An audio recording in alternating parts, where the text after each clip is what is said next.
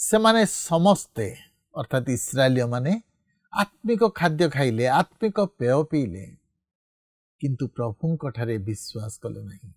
आज आमे तांको ग्रहण करी तांको निकट को जाउछु कि से आम मान को किणान देश को नहीं जिबे आत्मिक किणान रे प्रवेश कराइबे। प्रिय बंधु आमे कौन आज प्रभु यीशु को आम जीवन रो परित्राणकर्ता और उद्धारकर्ता भावे ग्रहण करिछु कि मुगति प्रदीप सेही निराशरे आशा देई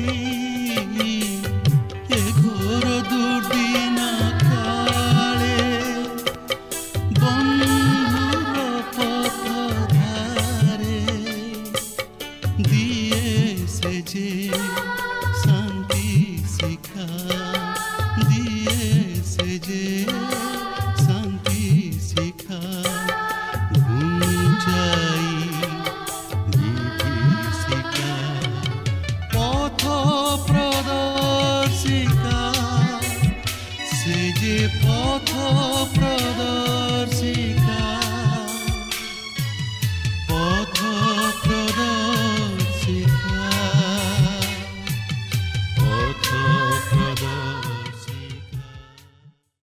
प्रिय दर्शक बंधु नमस्कार।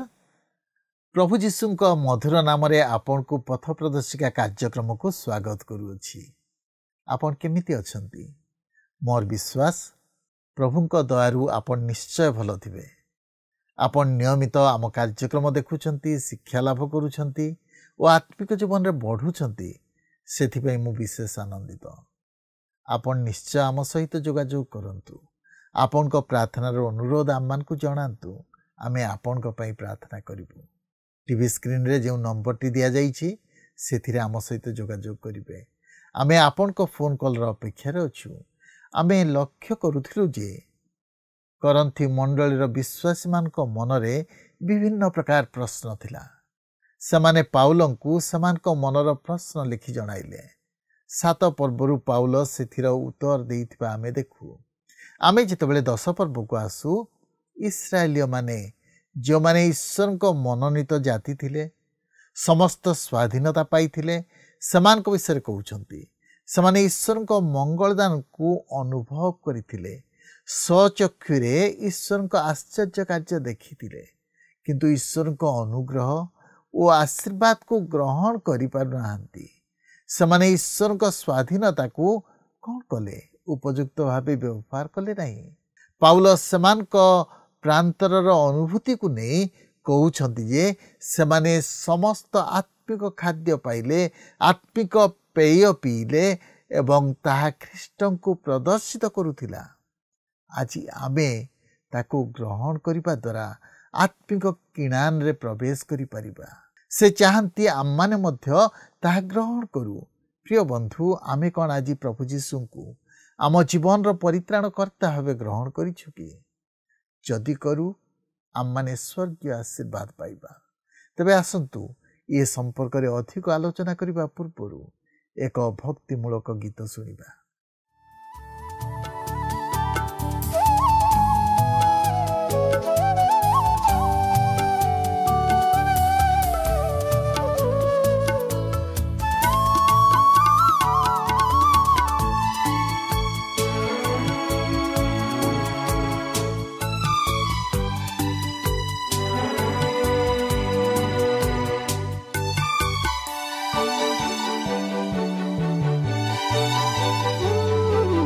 बहु दूर पथ मोर पथे केते अंधार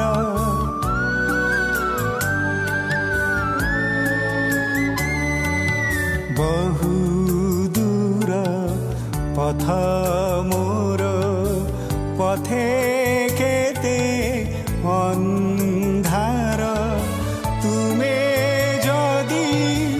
ज्योति मोर हेबी नहीं दिगहरा ए जीवन सारा प्रभु तुमे रूह साथे साथे ଏ ଜୀବନ ସାରା।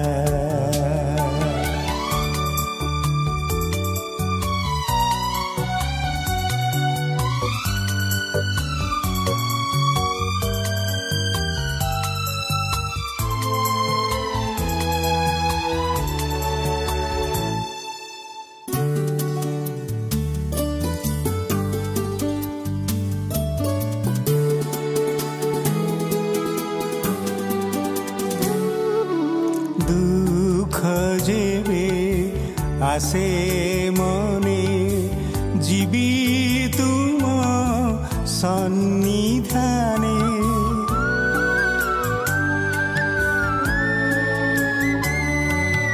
দুঃখ যেবে আসে মনে জীবি তুম সন্নিধানে, তুমে যদি শান্ত নাম ঝরিবনি অশ্রুধারা এ জীবন সারা।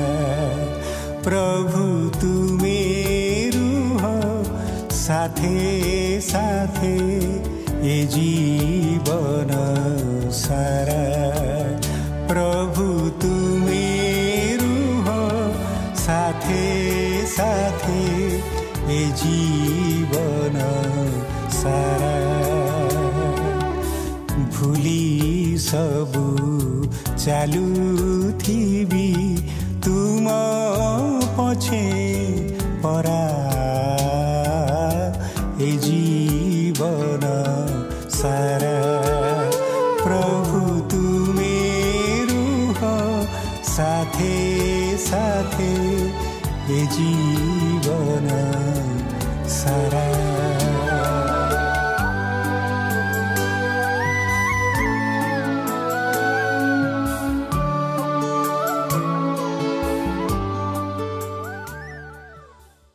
ଆଜି ଆମେ ସେହି ପ୍ରଥମ କରିନ୍ଥିୟ 10 ପର୍ବର ପ୍ରଥମ ପଦରୁ ଆରମ୍ଭ କରି 13 ପଦ ପର୍ଯ୍ୟନ୍ତ ଅଧ୍ୟୟନ କରିବାକୁ ଯିବା। ଆଜିର ମୁଖ୍ୟ ଆଲୋଚନାର ପ୍ରସଙ୍ଗ ହେଉଛି ସ୍ୱାଧୀନତା ଅଧିକାର ପତ୍ର ନୁହେଁ। ଆମେ ଏପର୍ଯ୍ୟନ୍ତ ସେହି ଖ୍ରୀଷ୍ଟ ବିଶ୍ୱାସୀର ସ୍ୱାଧୀନତାର ବିଷୟ ମଧ୍ୟରେ ରହିଅଛୁ। ଏହି 10 ପର୍ବରୁ ଆରମ୍ଭ କରି 11 ପର୍ବର ପ୍ରଥମ ପଦ ପର୍ଯ୍ୟନ୍ତ ଏହି ସ୍ୱାଧୀନତା ବିଷୟ ନେଇ ଆମେ ଲକ୍ଷ୍ୟ କରିବାକୁ ପାରିବା। ଆମେ ବର୍ତ୍ତମାନ ଏହି ପର୍ବରେ ସ୍ୱାଧୀନତାର ବିଷୟ ନେଇ ଅନ୍ୟ ଏକ ଅଞ୍ଚଳ ଦେଖିବାକୁ ଯିବା, ଯାହାକି ଇସ୍ରାଏଲ ଜାତିର ମାଧ୍ୟମରେ ଦୃଷ୍ଟାନ୍ତ ଛଳରେ ପ୍ରକାଶ କରାଯାଇଅଛି। ଦେଖନ୍ତୁ 10 ପର୍ବର ପ୍ରଥମ 5 ପଦ ମଧ୍ୟରେ ଏହିପରି ଲେଖା ଅଛି, କାରଣ ହେ ଭାଇମାନେ, ଆମ୍ଭମାନଙ୍କ ପିତୃପୁରୁଷ ସମସ୍ତେ ମେଘ ତଳେ ଥିଲେ, ଆଉ ସମସ୍ତେ ସମୁଦ୍ର ମଧ୍ୟ ଦେଇ ଗମନ କଲେ। ପୁଣି ସମସ୍ତେ ମେଘ ଓ ସମୁଦ୍ରରେ ମୂଷାଙ୍କ ଉଦ୍ଦେଶ୍ୟରେ ବାପ୍ତିଜିତ ହେଲେ। ଆଉ ସମସ୍ତେ ଏକ ପାରମାର୍ଥିକ ଖାଦ୍ୟ ଭୋଜନ କଲେ ଓ ସମସ୍ତେ ଏକ ପାରମାର୍ଥିକ ପେୟ ପାନ କଲେ, ଯେଣୁ ସେମାନେ ସେମାନଙ୍କ ଅନୁବର୍ତ୍ତୀ ପାରମାର୍ଥିକ ଶୈଳରୁ ପାନ କରୁଥିଲେ। ଆଉ ସେହି ଶୈଳ ଖ୍ରୀଷ୍ଟ। ତଥାପି ସେମାନଙ୍କ ମଧ୍ୟରୁ ଅଧିକାଂଶଠାରେ ଈଶ୍ୱରଙ୍କ ସନ୍ତୋଷ ନଥିଲା। ତେଣୁ ସେମାନେ ପ୍ରାନ୍ତରରେ ମଲେ। ଏ ସମସ୍ତ କଥା ଯେ ତୁମ୍ଭେମାନେ ଅଜ୍ଞାତ ଥାଅ, ଏହା ମୋହର ଇଚ୍ଛା ନୁହେଁ। ପାଉଲ କହନ୍ତି, ତୁମ୍ଭେମାନେ ଯେ ଅଜ୍ଞାତ ଥାଅ, ଏହା ମୋହର ଇଚ୍ଛା ନୁହେଁ। ପାଉଲ ଯେତେବେଳେ ତାହା ଲେଖନ୍ତି, ଆପଣ ନିଶ୍ଚିତ ଭାବେ ଜାଣିପାରୁଥିବେ ଯେ ଯେଉଁ ସମସ୍ତ ବିଷୟ ସେ ସେମାନଙ୍କୁ ବୁଝାଇବାକୁ ଯାଉଅଛନ୍ତି, ସେହି ସମସ୍ତ ବିଷୟରେ ସେମାନେ ଅଜ୍ଞ ଥିଲେ କିମ୍ବା ଜାଣିନଥିଲେ। କରିନ୍ଥରେ ଥିବା ଖ୍ରୀଷ୍ଟ ବିଶ୍ୱାସୀ ମଣ୍ଡଳୀ ଏକ ମିଶ୍ରିତ ମଣ୍ଡଳୀ ଥିଲା। ତାହା ହେଉଛି ଯେ ଏହି ମଣ୍ଡଳୀର ଖ୍ରୀଷ୍ଟ ବିଶ୍ୱାସୀମାନେ ଜିହୁଦୀ ଓ ବିଜାତୀୟମାନଙ୍କ ମଧ୍ୟରୁ ଆସିଥିବା କେତେକ ଖ୍ରୀଷ୍ଟ ବିଶ୍ୱାସୀ। ତେବେ ସେହି ସମୟରେ ଏହି ଜିହୁଦୀୟମାନେ ପ୍ରଥମ ଖ୍ରୀଷ୍ଟ ବିଶ୍ୱାସୀ ଥିବାରୁ ବିଜାତୀୟମାନଙ୍କ ମଧ୍ୟରୁ ଆସିଥିବା ନୂତନ ଖ୍ରୀଷ୍ଟ ବିଶ୍ୱାସୀମାନଙ୍କୁ ସେମାନେ ନ୍ୟୁନ ଦୃଷ୍ଟିରେ ଦେଖୁଥିଲେ। ତେଣୁ ଯେତେବେଳେ ପାଉଲ କହନ୍ତି ଆମ୍ଭମାନଙ୍କ ପିତୃପୁରୁଷ ସମସ୍ତେ, ସେତେବେଳେ ସେ ସେହି ମଣ୍ଡଳୀର ଜିହୁଦୀମାନଙ୍କୁ କହୁଥିଲେ, ଆଉ ସେମାନେ ପାଉଲଙ୍କ ସହିତ ଇସ୍ରାଏଲୀୟ ଥିଲେ ଓ ସେହି ଇତିହାସର ଅଂଶୀ ହୋଇଥିଲେ। ପାଉଲ ଆହୁରି କହନ୍ତି, ଆମ୍ଭମାନଙ୍କ ପିତୃପୁରୁଷ ସମସ୍ତେ ମେଘ ତଳେ ଥିଲେ, ଆଉ ସମସ୍ତେ ସମୁଦ୍ର ମଧ୍ୟ ଦେଇ ଗମନ କଲେ। ତେବେ ଏହି ବିଷୟ ସେହି ସମୟକୁ ଦର୍ଶାଏ ଯେଉଁ ସମୟରେ ଇସ୍ରାଏଲ ସନ୍ତାନଗଣ ମିଶ୍ରର ଦାସତ୍ୱ ବନ୍ଧନରୁ ଉଦ୍ଧାର ପାଇ ସେହି ସୁଫ ସମୁଦ୍ରକୁ ପାରିହେଲେ। ତେବେ ପାଉଲ କହନ୍ତି, ସେମାନଙ୍କ ମଧ୍ୟରୁ ଅଧିକାଂଶଠାରେ ଈଶ୍ୱରଙ୍କ ସନ୍ତୋଷ ନଥିଲା। ଏହା ପ୍ରକାଶ କରେ ଯେ ଜଣେ ବ୍ୟକ୍ତି କେତେ ଦୂର ଆତ୍ମିକ ଜୀବନରେ ଆଗେଇ ପାରିବ ମାତ୍ର ତଥାପି ବିଶ୍ୱାସୀରେ ଗଣିତ ହୋଇପାରିବ ନାହିଁ। ଏହା ଇସ୍ରାଏଲ ସନ୍ତାନଗଣର ଚମତ୍କାର ସ୍ୱାଧୀନତାକୁ ପ୍ରକାଶ କରେ ଯେତେବେଳେ ସେମାନେ ସେହି ସୁଫ ସମୁଦ୍ରକୁ ଅତିକ୍ରମ କଲେ। ସେହି ସମୟରେ ମୋଶାଙ୍କ ବ୍ୟବସ୍ଥା ସେମାନଙ୍କୁ ପ୍ରଦତ୍ତ ହୋଇନଥିଲା। ତେଣୁକରି ସେମାନେ ବ୍ୟବସ୍ଥାର ଅଧୀନରେ ନଥିଲେ। ସେମାନଙ୍କର ମହାନ ସ୍ୱାଧୀନତା ଥିଲା, ମାତ୍ର ସେମାନେ ସେହି ସ୍ୱାଧୀନତାର ଅପବ୍ୟବହାର କଲେ। ସେମାନେ ସମସ୍ତେ ମେଘ ତଳେ ଥିଲେ। ଏହାର ଅର୍ଥ ହେଉଛି ସେମାନଙ୍କର ପରିଚାଳକ ଥିଲେ। ସେମାନେ ସମସ୍ତେ ନିରାପଦରେ ସେହି ସମୁଦ୍ରକୁ ଅତିକ୍ରମ କଲେ। ସେମାନେ ମୋଶାଙ୍କ ଉଦ୍ଦେଶ୍ୟରେ ବାପ୍ତିଜିତ ହେଲେ। ତାହେଲେ ଏଠାରେ ଏହି ବାପ୍ତିଜିତର ଅର୍ଥ କ'ଣ? କ'ଣ ମୋଶା ସେମାନଙ୍କୁ ଜଳରେ ବାପ୍ତିସ୍ମ ଦେଲେ? ନୁହେଁ। ପବିତ୍ର ବାଇବଲ ପ୍ରକାଶ କରେ ଯେ ସେମାନେ ଶୁଷ୍କ ପଥ ଦେଇ ସମୁଦ୍ର ପାର ହେଲେ ଜଳ ସେମାନଙ୍କୁ ସ୍ପର୍ଶ କରିନଥିଲା। ଯଦି ସେହି ସମୁଦ୍ରର ଜଳ କାହାକୁ ଗ୍ରାସ କରିଥାଏ ତାହେଲେ ସେମାନେ ହେଉଛନ୍ତି ସେହି ମିଶ୍ରୀୟମାନେ। ତାହେଲେ ସେମାନେ ମୋଶାଙ୍କ ଉଦ୍ଦେଶ୍ୟରେ କିପରି ବାପ୍ତିଜିତ ହେଲେ? ଯେତେବେଳେ ପବିତ୍ର ଧର୍ମଶାସ୍ତ୍ର ପ୍ରକାଶ କରେ ଯେ ସେମାନେ ମୋଶାଙ୍କ ଉଦ୍ଦେଶ୍ୟରେ ବାପ୍ତିଜିତ ହେଲେ, ଏହା ଜଳରେ ବାପ୍ତିସ୍ମ ଗ୍ରହଣ ବିଷୟକୁ ପ୍ରକାଶ କରେ ନାହିଁ କି ପବିତ୍ର ଆତ୍ମାରେ ବାପ୍ତିଜିତ ହେବା ବିଷୟକୁ ପ୍ରକାଶ କରେ ନାହିଁ। ଯେହେତୁ ଏହା ପ୍ରକାଶ କରେ ଯେ ସେମାନେ ମୋଶାଙ୍କ ଉଦ୍ଦେଶ୍ୟରେ ବାପ୍ତିଜିତ ହେଲେ, ତେବେ ଏହାକୁ ସରଳ ଭାବେ ବୁଝିବାକୁ ଗଲେ ସେମାନେ ମୋଶାଙ୍କ ସହିତ ପରିଚିତ ହେଲେ। କାରଣ ବାପ୍ତିସ୍ମର ଅର୍ଥ ପରିଚୟକରଣ। ଏବ୍ରୀ 11 ପର୍ବର 29 ପଦରେ ଲେଖା ଅଛି, ବିଶ୍ୱାସ ଦ୍ୱାରା ସେମାନେ ଶୁଷ୍କ ଭୂମି ପାର ହେଲା ପରି ସୁଫ ସାଗରର ଭିତର ଦେଇ ପାର ହେଲେ। କିନ୍ତୁ ମିଶରୀୟମାନେ ସେହି ପ୍ରକାର ଚେଷ୍ଟା କରିବାକୁ ଯାଇ ବୁଡ଼ି ମଲେ। ବିଶ୍ୱାସ ଦ୍ୱାରା ସେମାନେ ସୁଫ ସମୁଦ୍ର ଭିତର ଦେଇ ପାର ହେଲେ। ଏହା କାହାର ବିଶ୍ୱାସ ଥିଲା? ଏହା ସେମାନଙ୍କର ବିଶ୍ୱାସ ନଥିଲା। ସେମାନଙ୍କର କିଛି ବିଶ୍ୱାସ ନଥିଲା। ଯଦି ଆପଣ ସେହି ବିଷୟକୁ ଜାଣିବାକୁ ଚାହାନ୍ତି ତାହେଲେ ସେହି ବିଷୟ ଯାତ୍ରା ପୁସ୍ତକରେ ଲକ୍ଷ୍ୟ କରିବାକୁ ପାରିବେ। ସେମାନେ ସେହି ସମସ୍ୟା ହେତୁ ମିଶର ଦେଶକୁ ଫେରିଯିବାକୁ ଚାହିଁଲେ ଓ ସେମାନେ ମୋଶାଙ୍କୁ ଦୋଷ ଦେଲେ, ଯେହେତୁ ସେମାନଙ୍କୁ ସେହି ମିଶର ଦେଶରୁ ବାହାର କରି ସେହି ପ୍ରାନ୍ତର ମଧ୍ୟକୁ କଢ଼ାଇ ଆଣିଥିଲେ। କିନ୍ତୁ ଏହା ଥିଲା ମୋଶାଙ୍କର ବିଶ୍ୱାସ। ସେହି ମୋଶା ଥିଲେ ଯେ କି ସେହି ଜଳ ନିକଟକୁ ଯାଇ ସେହି ସୁଫ ସମୁଦ୍ରକୁ ଆଘାତ କରିଥିଲେ ଈଶ୍ୱରଙ୍କର ଆଦେଶ ଅନୁଯାୟୀ। ଥିଲେ ସେହି ମୋଶା ଯେ କି ସେମାନଙ୍କୁ ସେହି ଶୁଷ୍କ ପଥ ଦେଇ କଢ଼ାଇ ଆଣିଥିଲେ। ଆଉ ଯେତେବେଳେ ସେମାନେ ଅନ୍ୟ ପାଖକୁ ଆସିଲେ ସେତେବେଳେ ସେମାନେ ମୋଶାଙ୍କର ଗୀତ ଗାନ କଲେ, ଯାହାକି ଯାତ୍ରା ପୁସ୍ତକ 15 ପର୍ବରେ ଲିଖିତ ଅଛି। ଇସ୍ରାଏଲ ସନ୍ତାନଗଣ ମୋଶାଙ୍କ ସହିତ ପରିଚିତ ହେଲେ। ଏଠାରେ ଆମମାନଙ୍କ ନିମନ୍ତେ ଏକ ମହାନ ଆତ୍ମିକ ଶିକ୍ଷା ମଧ୍ୟ ରହିଅଛି। ଏହି ସମସ୍ତ ବିଷୟ ଆମମାନଙ୍କର ପରିତ୍ରାଣର ରୂପରେଖ। ପ୍ରଭୁ ଯୀଶୁଖ୍ରୀଷ୍ଟ ସେହି ମୃତ୍ୟୁ ରୂପକ ଜଳର ମଧ୍ୟ ଦେଇ ଗତି କଲେ ଓ ଆମ୍ଭେମାନେ ତାହାଙ୍କର ସେହି ମୃତ୍ୟୁରେ ତାହାଙ୍କର ନିକଟବର୍ତ୍ତୀ ହୋଇଅଛୁ ଓ ତାହାଙ୍କ ସହିତ ପରିଚିତ ହୋଇଅଛୁ ଓ ବର୍ତ୍ତମାନ ଆମେ ସେହି ଜୀବନ୍ତ ଉଦ୍ଧାରକର୍ତ୍ତାଙ୍କ ସହିତ ପରିଚିତ ହୋଇଅଛୁ ଓ ସେହି ଉଦ୍ଧାରକର୍ତ୍ତାଙ୍କ ସହିତ ବାପ୍ତିଜିତ ହୋଇଅଛୁ। ଏହିପରି ଭାବେ ଆମେମାନେ ଖ୍ରୀଷ୍ଟଙ୍କ ସହିତ ପାପରେ ମୃତ ହୋଇ ଧର୍ମରେ ଜୀବିତ ହୋଇଅଛୁ ଓ ଆମେମାନେ ଉଦ୍ଧାରପ୍ରାପ୍ତ ହୋଇଅଛୁ। ଯେତେବେଳେ ଆମେ ସେହି ଖ୍ରୀଷ୍ଟଙ୍କଠାରେ ବିଶ୍ୱାସ କରି ତାହାଙ୍କୁ ଉଦ୍ଧାରକର୍ତ୍ତା ରୂପେ ହୃଦୟରେ ଗ୍ରହଣ କରୁ, ସେତେବେଳେ ଆମେ ପାପରୁ ଉଦ୍ଧାରପ୍ରାପ୍ତ ହୋଇ ସେହି ପରିତ୍ରାଣର ଅନୁଭୂତି ଲାଭ କରିଥାଉ। ଜଳରେ ବାପ୍ତିସ୍ମ ଗ୍ରହଣ କରିବା ଏହି ବିଷୟକୁ ଦର୍ଶାଇଥାଏ ଓ ଏହା ଅତି ଗୁରୁତ୍ୱପୂର୍ଣ୍ଣ। ମାତ୍ର ପ୍ରକୃତ ବାପ୍ତିସ୍ମ ପବିତ୍ର ଆତ୍ମାଙ୍କର କାର୍ଯ୍ୟ ଅଟେ। ବର୍ତ୍ତମାନ ଏଠାରେ ଆମେ ଲକ୍ଷ୍ୟ କରୁଅଛୁ ଯେ ଇସ୍ରାଏଲ ଲୋକମାନେ ମୋଶାଙ୍କ ଉଦ୍ଦେଶ୍ୟରେ ବାପ୍ତିଜିତ ହେଲେ ଓ ସେମାନେ ସେହି ସୁଫ ସମୁଦ୍ରକୁ ପାରି ହେବା ନିମନ୍ତେ ସମର୍ଥ ହେଲେ। ଆଉ ସମସ୍ତେ ଏକ ପାରମାର୍ଥିକ ଖାଦ୍ୟ ଭୋଜନ କଲେ, ଯାହାକି ମାନ୍ନା, ଓ ସମସ୍ତେ ଏକ ପାରମାର୍ଥିକ ପେୟ ପାନ କଲେ, ଯେଣୁ ସେମାନେ ସେମାନଙ୍କ ଅନୁବର୍ତ୍ତୀ ପାରମାର୍ଥିକ ଶୈଳରୁ ପାନ କରୁଥିଲେ। ଆଉ ସେହି ଶୈଳ ଖ୍ରୀଷ୍ଟ। ତାହା ହେଉଛି ଏହା ଖ୍ରୀଷ୍ଟଙ୍କୁ ଉପସ୍ଥାପିତ କରେ। ତଥାପି ସେମାନଙ୍କ ମଧ୍ୟରୁ ଅଧିକାଂଶଠାରେ ଈଶ୍ୱରଙ୍କ ସନ୍ତୋଷ ନଥିଲା, ତେଣୁ ସେମାନେ ପ୍ରାନ୍ତରରେ ନିପତିତ ହେଲେ। କିନ୍ତୁ ଏହି ସମସ୍ତ କାହିଁକି ଆମମାନଙ୍କ ନିକଟରେ ପ୍ରକାଶ କରାଯାଇଅଛି? ପାଉଲ ଏହାର କାରଣ ବିଷୟରେ ମଧ୍ୟ ଦର୍ଶାନ୍ତି। 10 ପର୍ବର 6 ପଦରେ ଲେଖା ଅଛି, ସେମାନେ ଯେ ପ୍ରକାରେ ମନ୍ଦ ବିଷୟରେ ଅଭିଳାଷୀ ହୋଇଥିଲେ, ଆମ୍ଭେମାନେ ଯେପରି ସେ ପ୍ରକାରେ ଅଭିଳାଷୀ ନ ହେଉଁ, ଏଥିନିମନ୍ତେ ଏହି ସମସ୍ତ ବିଷୟ ଆମ୍ଭମାନଙ୍କ ପକ୍ଷରେ ଦୃଷ୍ଟାନ୍ତ ସ୍ୱରୂପ ହୋଇଅଛି। ଏହି ପର୍ବର ପ୍ରଥମ 5ଟି ପଦ ସେହି ସ୍ୱାଧୀନତାର ବିଷୟକୁ ଦୃଷ୍ଟାନ୍ତ ସ୍ୱରୂପେ ପ୍ରକାଶ କରେ, ଯାହାକି ଏହି ଲୋକମାନେ ଇସ୍ରାଏଲ ଜାତି ହିସାବରେ ସେହି ସମସ୍ତ ସ୍ୱାଧୀନତାକୁ ଉପଭୋଗ କରିଥିଲେ। କିନ୍ତୁ ବର୍ତ୍ତମାନ ଏହି ଅଂଶରେ ଆମେ ଲକ୍ଷ୍ୟ କରୁଅଛୁ ଯେ ଏହି ଲୋକମାନେ ସେମାନଙ୍କର ସ୍ୱାଧୀନତାରେ ଅପବ୍ୟବହାର କଲେ। ପାଉଲ ଆମମାନଙ୍କ ନିମନ୍ତେ ସେହି ଘଟଣା ମଧ୍ୟ ଦେଇ ଏକ ଶିକ୍ଷା ଦିଅନ୍ତି। ଏହା ସେମାନଙ୍କ ପ୍ରତି ଘଟିଲା, ମାତ୍ର ଆମମାନଙ୍କ ନିମନ୍ତେ ଦୃଷ୍ଟାନ୍ତ ସ୍ୱରୂପ। ଏହା ଆପଣଙ୍କ ନିମନ୍ତେ ଓ ମୋ ନିମନ୍ତେ ଲେଖାଯାଇଅଛି। ତେଣୁ ଆମେ ଏଥିପ୍ରତି ବିଶେଷ ଧ୍ୟାନ ଦେବା ଉଚିତ। ଇସ୍ରାଏଲ ଲୋକମାନଙ୍କର ଏହି ଚମତ୍କାର ସ୍ୱାଧୀନତା ଥିଲା, ମାତ୍ର ସେମାନେ କ'ଣ କଲେ? ଏହା କହେ ଯେ ସେମାନେ ମନ୍ଦ ବିଷୟରେ ଅଭିଳାଷୀ ହେଲେ। ସେହି ମନ୍ଦତା କ'ଣ? ଆମେ ଯଦି ଗଣନା ପୁସ୍ତକ 11 ପର୍ବର 4 ପଦରୁ 6 ପଦ ମଧ୍ୟକୁ ଫେରିଯିବା, ତାହେଲେ ସେଠାରେ ଏହି ମନ୍ଦତା ସବୁ କ'ଣ ତାହା ଲକ୍ଷ୍ୟ କରିବାକୁ ପାରିବା। ଦେଖନ୍ତୁ, ସେଠାରେ ଏହିପରି ଲେଖା ଅଛି, ଅନନ୍ତର ସେମାନଙ୍କ ମଧ୍ୟବର୍ତ୍ତୀ ମିଶ୍ରିତ ଲୋକମାନଙ୍କର ଜନତା ଲୋଭାକ୍ରାନ୍ତ ହେବାକୁ ଲାଗିଲେ। ପୁଣି ଇସ୍ରାଏଲ ସନ୍ତାନଗଣ ମଧ୍ୟ ପୁନର୍ବାର ରୋଦନ କରି କହିଲେ, କିଏ ଆମମାନଙ୍କୁ ମାଂସ ଖାଇବାକୁ ଦେବ? ଆମ୍ଭେମାନେ ମିଶ୍ର ଦେଶରେ ବିନା ମୂଲ୍ୟରେ ଯେଉଁ ମାଛ ଖାଉଥିଲୁ ତାହା ମନରେ ପଡ଼େ। ସେ କାକୁଡ଼ି ଓ ସେ ଖରଭୁଜ ଓ ସେ ପରୁ ଓ ସେ ପିଆଜ ଓ ରସୁଣ ମନରେ ପଡ଼େ। ମାତ୍ର ଏବେ ଆମମାନଙ୍କର ପ୍ରାଣ ଶୁଷ୍କ ହେଉଅଛି। ଏଠି କିଛି ନାହିଁ, ଏହି ମାନ୍ନା ଛଡ଼ା ଆଉ ଦେଖିବାକୁ କିଛି ନାହିଁ। ଦେଖନ୍ତୁ, ସେମାନେ ମନ୍ଦ ବିଷୟରେ ଅଭିଳାଷୀ ହେଲେ। ସେହି ଖରଭୁଜ, ରସୁଣ ଓ ପିଆଜ ସହିତ ଭୁଲ କ'ଣ ଥିଲା? ତେବେ ସେମାନେ ଯଦି ତାହା ଖାଆନ୍ତି ତାହେଲେ ତହିଁରେ ଭୁଲ କିଛି ନାହିଁ। ମାତ୍ର କଥା ହେଉଛି, ଯାହା ସେମାନଙ୍କ ନିମନ୍ତେ ଈଶ୍ୱରଙ୍କ ଇଚ୍ଛା ବିରୁଦ୍ଧ ଥିଲା, ତହି ନିମନ୍ତେ ସେମାନେ ଲାଳାୟିତ ହେଲେ ବା ଆସକ୍ତ ହେଲେ। ଏହା ଥିଲା ସେମାନଙ୍କର ମନ୍ଦତାର କାରଣ। କାରଣ ଈଶ୍ୱର ଚାହିଁନଥିଲେ ଯେ ସେମାନେ ପୁନର୍ବାର ସେହି ମିଶ୍ର ଦେଶକୁ ଫେରିଯାଆନ୍ତୁ। ଆପଣ କେବେ ଲକ୍ଷ୍ୟ କରିଛନ୍ତି ଏହି ପ୍ରକାର ଅଭିଳାଷ କେତେଥର ପାପ କରିବା ନିମନ୍ତେ ପ୍ରବର୍ତ୍ତାଏ? ଏହା ସେହି ଏଦନ ଉଦ୍ୟାନରେ ଆରମ୍ଭ ହେଲା।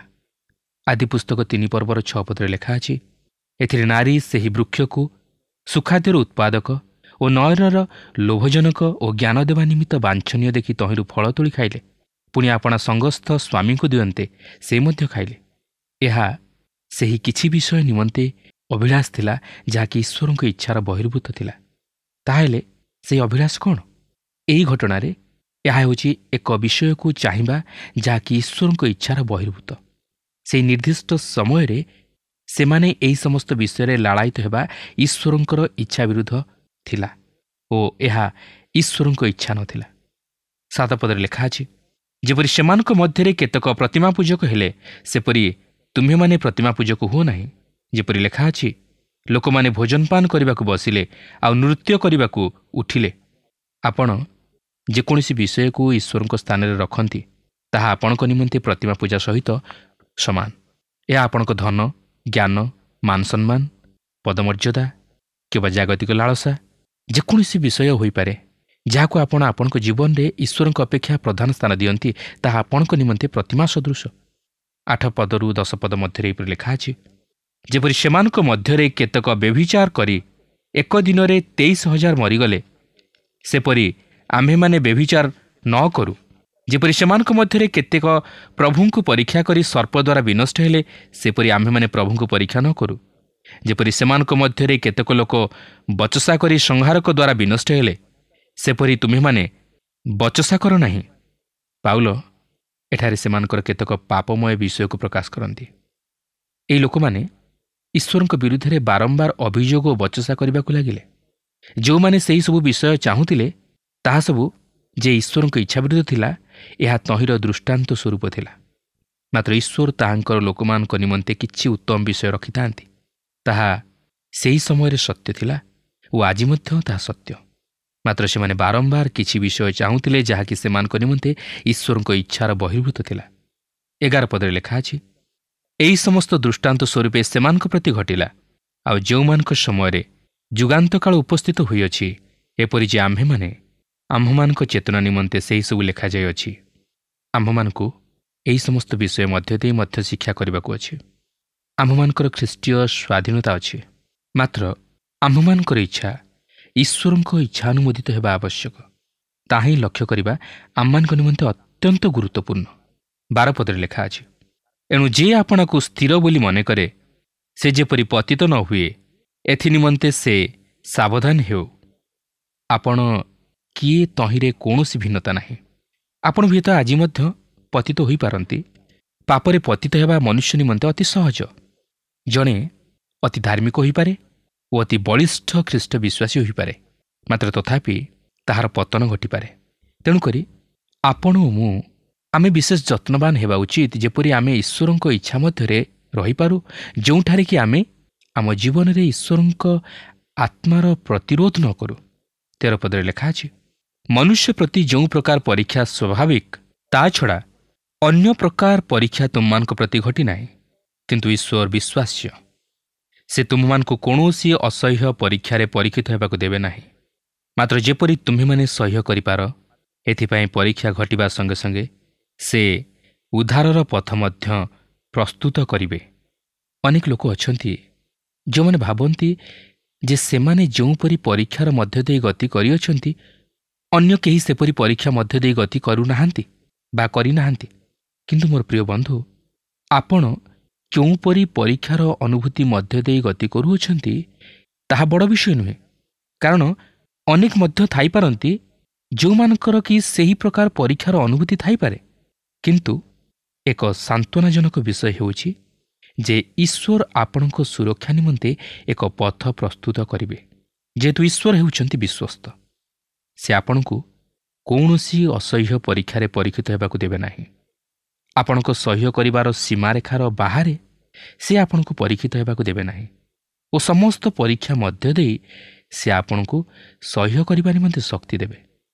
ଡକ୍ଟର ହୁଟନ୍ ଏହିପରି କହନ୍ତି, ଈଶ୍ୱର ସଦାସର୍ବଦା ଉଦ୍ଧାର ପାଇବାର ରାସ୍ତା ପ୍ରସ୍ତୁତ କରିଥାନ୍ତି ଓ ବେଳେବେଳେ ସେହି ରକ୍ଷା ପାଇବାର ଉପାୟ ମଧ୍ୟ ରାଜାଙ୍କର ରାଜପଥ ଓ ଏକ ଉତ୍ତମ ହଳେ ଚକ।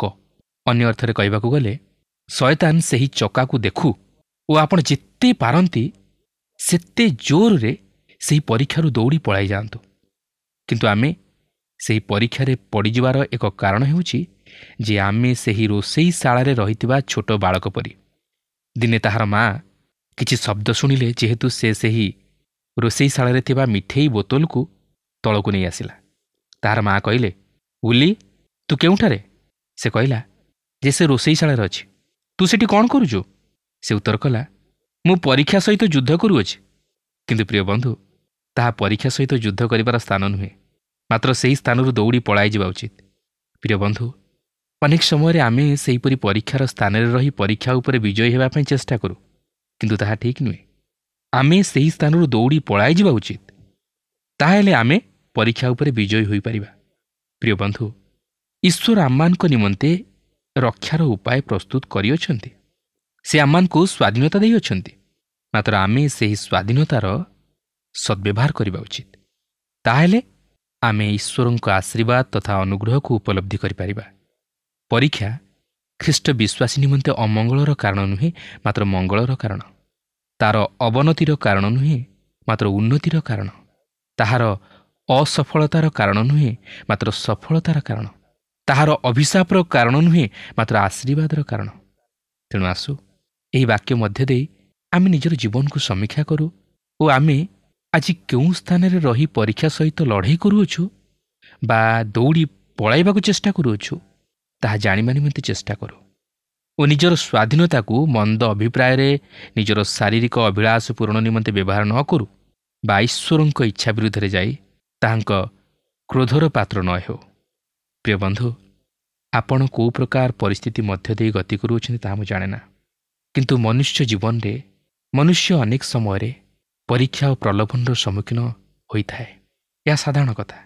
କିନ୍ତୁ ଯେଉଁମାନେ ଈଶ୍ୱରଙ୍କ ଉପରେ ନିର୍ଭର କରନ୍ତି, ଈଶ୍ୱରଙ୍କର ବାକ୍ୟ ଅନୁଯାୟୀ ଜୀବନଯାପନ କରନ୍ତି, ଈଶ୍ୱର ସେମାନଙ୍କୁ ତାହାଙ୍କର ବାକ୍ୟ ମଧ୍ୟ ଦେଇ ଠିକ୍ ସେହି ସମୟରେ ଶିକ୍ଷା ଦିଅନ୍ତି, ପରାମର୍ଶ ଦିଅନ୍ତି, ଉପଦେଶ ଦିଅନ୍ତି, ଆଉ ଯଦ୍ୱାରା ସେହି ବ୍ୟକ୍ତି ସେହି ପରୀକ୍ଷା ବା ପ୍ରଲୋଭନ ଉପରେ ବିଜୟୀ ଜୀବନଯାପନ କରିବା ପାଇଁ ସକ୍ଷମ ହୋଇପାରେ। ତେଣୁ ଆସୁ, ନିଜର ଚେଷ୍ଟାରେ, ନିଜର ଜ୍ଞାନରେ ପ୍ରଲୋଭନ ଉପରେ ବିଜୟୀ ଜୀବନଯାପନ କରିବା ପାଇଁ ଚେଷ୍ଟା ନ କରି ଈଶ୍ୱରଙ୍କ ବାକ୍ୟ ଉପରେ ବିଶ୍ୱାସ କରି ଏବଂ ପ୍ରଭୁ ଯୀଶୁଖ୍ରୀଷ୍ଟଙ୍କଠାରେ ବିଶ୍ୱାସରେ ସ୍ଥିର ରହି ସେହି ପରୀକ୍ଷା ଉପରେ ଏକ ବିଜୟୀ ଜୀବନଯାପନ କରିବା ପାଇଁ ଚେଷ୍ଟା କରୁ। ପ୍ରିୟ ବନ୍ଧୁ, ଖ୍ରୀଷ୍ଟୀୟ ଜୀବନ ନିମନ୍ତେ ପରୀକ୍ଷା ନିହାତି ଆବଶ୍ୟକ। ଯେପରି ଆମେ ଏହି ଜଗତରେ ଯେତେବେଳେ ବିଦ୍ୟା ଅଧ୍ୟୟନ କରୁଅଛୁ, ଆମମାନଙ୍କୁ ପ୍ରତ୍ୟେକଟି ଶ୍ରେଣୀ ଉତ୍ତୀର୍ଣ୍ଣ ହେବା ନିମନ୍ତେ ପରୀକ୍ଷା ଦେବା ଆବଶ୍ୟକ, ଆଉ ସେହିପରି ଆତ୍ମିକ ଜୀବନରେ ମଧ୍ୟ ଆମମାନଙ୍କୁ ପରୀକ୍ଷାର ସମ୍ମୁଖୀନ ହେବା ଆବଶ୍ୟକ। ତାହେଲେ ଆମମାନଙ୍କର ଆତ୍ମିକ ଜୀବନର ଅଭିବୃଦ୍ଧି ଘଟିପାରିବ। ଖ୍ରୀଷ୍ଟୀୟ ଜୀବନ ନିମନ୍ତେ ଯେଉଁ ପରୀକ୍ଷା ଆସେ ତାହା ତାହାର ଆତ୍ମିକ ଜୀବନର ଅଭିବୃଦ୍ଧି ନିମନ୍ତେ, ତାହାର ମଙ୍ଗଳର କାରଣ ନିମନ୍ତେ, ଅମଙ୍ଗଳର ନିମନ୍ତେ ନୁହେଁ। ତେଣୁ ଆଜି ଯଦି ଆମମାନେ ଖ୍ରୀଷ୍ଟଙ୍କୁ ଗ୍ରହଣ କରିବା ଦ୍ୱାରା ପରୀକ୍ଷା ଓ ପ୍ରଲୋଭନର ସମ୍ମୁଖୀନ ହେଉଅଛୁ, ତାହେଲେ ଆମମାନେ ଜାଣି ରଖିବା ଉଚିତ ଯେ ପ୍ରଭୁ ଆମମାନଙ୍କୁ ଆହୁରି ବିଶ୍ୱାସରେ ସବଳ କରାଇବାକୁ ଚାହାନ୍ତି। ସେ ଆମମାନଙ୍କୁ ଆତ୍ମିକ ଜୀବନରେ ବଳିଷ୍ଠ କରାଇବାକୁ ଚାହାନ୍ତି। ସେ ଆମମାନଙ୍କୁ ଆହୁରି ପରିଷ୍କାର କରିବା ପାଇଁ ଚାହାନ୍ତି। ସେ ଆମମାନଙ୍କୁ ଆହୁରି ପରିମାର୍ଜିତ କରିବା ପାଇଁ ଚାହାନ୍ତି, ଯେପରି ଆମମାନେ ଶୈତାନର ସମସ୍ତ ଚାତୁରୀ ବିରୁଦ୍ଧରେ ଦଣ୍ଡାୟମାନ ହୋଇପାରୁ। ଆଉ ସେଥି ନିମନ୍ତେ ଆମମାନଙ୍କୁ ପରୀକ୍ଷାର ମଧ୍ୟ ଦେଇ ଗତି କରିବାକୁ ଅଛି। ତେଣୁକରି ଆପଣ ଯଦି ପରୀକ୍ଷା ଓ ପ୍ରଲୋଭନର ସମ୍ମୁଖୀନ ହେଉଛନ୍ତି, ଭାଙ୍ଗି ପଡ଼ନ୍ତୁ ନାହିଁ ବା ପ୍ରଭୁଙ୍କଠାରୁ ଦୂରକୁ ଚାଲିଯାଆନ୍ତୁ ନାହିଁ। ମାତ୍ର ଆହୁରି ଆହୁରି ପ୍ରଭୁଙ୍କର ନିକଟବର୍ତ୍ତୀ ହେବାକୁ ଚାହାନ୍ତୁ ଏବଂ ବାକ୍ୟ ଅଧ୍ୟୟନ ଓ ପ୍ରାର୍ଥନାରେ ସମୟ ଦିଅନ୍ତୁ। ତାହେଲେ ଆପଣ ନିଶ୍ଚିତ ଭାବରେ ସେ ପରୀକ୍ଷା ଉପରେ ଜୟଲାଭ କରିପାରିବେ। ପ୍ରଭୁ ପ୍ରତ୍ୟେକଙ୍କୁ ଏହି ସଂକ୍ଷିପ୍ତ ଆଲୋଚନା ମଧ୍ୟ ଦେଇ ଆଶୀର୍ବାଦ କରନ୍ତୁ। ଆଶା କରୁ ଆଜିର କାର୍ଯ୍ୟକ୍ରମ ଆପଣଙ୍କୁ ନିଶ୍ଚୟ ଭଲ ଲାଗିଥିବ। ଆମେ ଜାଣୁ ଯେ ଈଶ୍ୱର ଆଶ୍ଚର୍ଯ୍ୟ ଭାବେ ସେମାନଙ୍କୁ ସ୍ୱର୍ଗରୁ ମାନା ଯୋଗାଇଲେ। ସେମାନଙ୍କ ମଧ୍ୟରେ ଜଳର ଅଭାବ ଥିଲା। ଈଶ୍ୱର ମୂଷାଙ୍କୁ କହିଲେ, ଏଇ ପ୍ରସ୍ତରରେ ଆଘାତ କର, ଓ ସେ ଆଘାତ କରନ୍ତେ ଜଳ ନିର୍ଗତ ହେଲା। ପାଉଲ କହୁଛନ୍ତି, ସେଇ ପଥର ଅନ୍ୟ କେହି ନୁହନ୍ତି କିନ୍ତୁ ଖ୍ରୀଷ୍ଟ, ଯେ ପ୍ରାନ୍ତରରେ ଆବଶ୍ୟକତା ପୂରଣ କରିଥିଲେ। ଆଜି ମଧ୍ୟ ସେ ଆମମାନଙ୍କ ଆବଶ୍ୟକତା ପୂରଣ କରିପାରିବେ। କିନ୍ତୁ ପ୍ରଶ୍ନ ହେଲା, ଆମେ ତାଙ୍କଠାରେ ବିଶ୍ୱାସ କରୁଛୁ କି? ପ୍ରଭୁ ଯୀଶୁଙ୍କଠାରେ ନିର୍ଭର ରଖିଛୁ କି, ଯେ ଆମ ଆତ୍ମିକ ଆବଶ୍ୟକତା ପୂର୍ଣ୍ଣ କରିପାରନ୍ତି? ପ୍ରିୟ ବନ୍ଧୁ, ପ୍ରଭୁ ଯୀଶୁ ହିଁ ଏକମାତ୍ର ପଥ ଅଟନ୍ତି। ଆମକୁ ଆତ୍ମିକ କ୍ରୀଡ଼ାକୁ ନେଇଯାଇପାରିବେ। ଆଜି ଆମ ବିଶ୍ୱାସ କାହା ଉପରେ? ତେବେ ଆଜି ତ ଆମ ସମୟ ଶେଷ ହୋଇ ଆସିଲାଣି। ପରବର୍ତ୍ତୀ କାର୍ଯ୍ୟକ୍ରମରେ ପୁଣି ଆପଣଙ୍କ ସହିତ ସାକ୍ଷାତ ହେବ। ଆପଣଙ୍କଠାରୁ ବିଦାୟ ନେବା ପୂର୍ବରୁ ଆସନ୍ତୁ ପ୍ରାର୍ଥନା କରିବା। ଦୟାଳୁ ପ୍ରେମମୟ ପ୍ରଭୁ, ତୁମ ଦୟା, ତୁମ ଅନୁଗ୍ରହ, ତୁମ ପ୍ରେମ ପାଇଁ ଆମେ ତୁମର ଧନ୍ୟବାଦ କରୁଅଛୁ। ପ୍ରଭୁ, ତୁମେ ଇସ୍ରାଏଲ ଲୋକମାନଙ୍କର ପ୍ରତିଟି ଆବଶ୍ୟକତା ପୂର୍ଣ୍ଣ କଲ। ପ୍ରଭୁ, ପ୍ରାନ୍ତରରେ ସେମାନଙ୍କୁ ଖାଦ୍ୟ ଯୋଗାଇଲ, ସେମାନଙ୍କୁ ପିଇବା ପାଇଁ ପାଣି ଯୋଗାଇଲ। ପ୍ରଭୁ, ସେମାନଙ୍କର ପ୍ରତିଟି ଆବଶ୍ୟକତା ତୁମେ ପୂରଣ କଲ, କିନ୍ତୁ ସେମାନେ ତୁମକୁ ଚିହ୍ନି ପାରିନଥିଲେ। ପ୍ରଭୁ, ଆଜି ମଧ୍ୟ ତୁମେ ସେମାନଙ୍କ ଜୀବନ ମଧ୍ୟ ଦେଇ ଆମମାନଙ୍କୁ କଥା କହିଛ। ପ୍ରଭୁ, ଆଜି ଯେତେ ଜଣ ପ୍ରଭୁ ଆମମାନେ ତୁମ ବାକ୍ୟ ଶୁଣିଛୁ, ଆମ ପ୍ରତ୍ୟେକଙ୍କୁ ତୁମେ କଥା କୁହ। ଆମେ ଯେପରି ପ୍ରଭୁ ତୁମ ନିକଟବର୍ତ୍ତୀ ହେବୁ, ତୁମଠାରେ ଭରସା ସ୍ଥାପନ କରିବୁ। ପ୍ରଭୁ, ତୁମ ନିକଟବର୍ତ୍ତୀ ହେବୁ, ତୁମଠାରେ ବିଶ୍ୱାସ କରିବୁ। ସେଇ ଅନୁଗ୍ରହ ତୁମେ ଦାନ କର, କାରଣ ତୁମେ ଜୀବନ୍ତ ଜଳ ଅଟ। ପ୍ରଭୁ, ଯିଏ ତୁମକୁ ପାନ କରେ ସେ କେବେ ହେଁ ତୃଷାର୍ତ୍ତ ହୁଏ ନାହିଁ। ପ୍ରଭୁ, ଧନ୍ୟବାଦ ଦେଉଅଛୁ। ପ୍ରଭୁ, এই ପ୍ରାର୍ଥନା ତୁମେ ଆମମାନଙ୍କର ଶୁଣିଛ, ସେଥିପାଇଁ ତୁମର ଗୌରବ କରୁଅଛୁ। ଏହି ସମୟରେ ନିଜ ନିଜକୁ ତୁମ ନିକଟରେ ସମର୍ପଣ କରି ଏହି ପ୍ରାର୍ଥନା ପ୍ରିୟ ଯୀଶୁଙ୍କ ନାମରେ ମାଗିଲୁ, ଆମେନ୍। ଗତ ପ୍ରଶ୍ନର ଉତ୍ତରଟି ହେଲା ସି ଯୀଶୁ। ଆଜିର ପ୍ରଶ୍ନ ହେଉଛି, ବାପ୍ତିସ୍ମର ଅର୍ଥ କ'ଣ? ଏ ପରିଚୟକରଣ, ବି ପବିତ୍ରତା, ସି ସାଧୁତା, ଡି ନମ୍ରତା।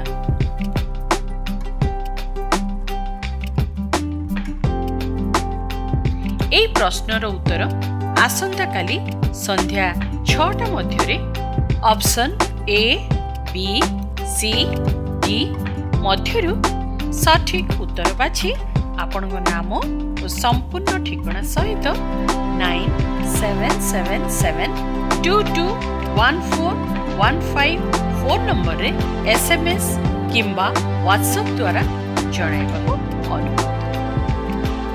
जदि आपको आम कार्यक्रम भल लगुच तेबे 0444908126 रे मिस्ड कॉल दे विजय होई परिबे। गत सप्ताहर विजय दर्शक बंधु हेले केउछरु धनेश्वर पात्र और परिवार।